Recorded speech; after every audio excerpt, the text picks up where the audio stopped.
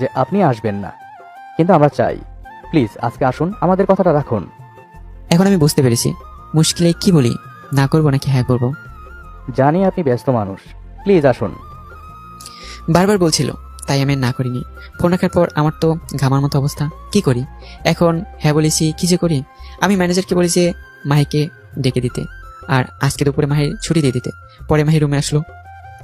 মানে আপনি বাড়িতে বলেননি আমি অফিসের বস? মাহি আমার দিকে বড় বড় চোখ করে তাকিয়েছে। না মানে আপনার বাবা ফোন করেছিলেন, দুপুরে যেতে বলেছেন, আমি আর না করতে পারিনি এতবার বলার পর। আসলে বাড়িতে বলার সাহস পাইনি, কিন্তু যাবেন, আপনার খারাপ লাগবে না?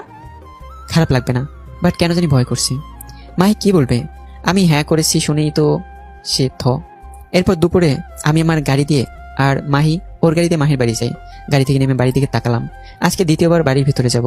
প্রথমবার ছিলাম বর, আজকে বস। কি আমার কিসমত।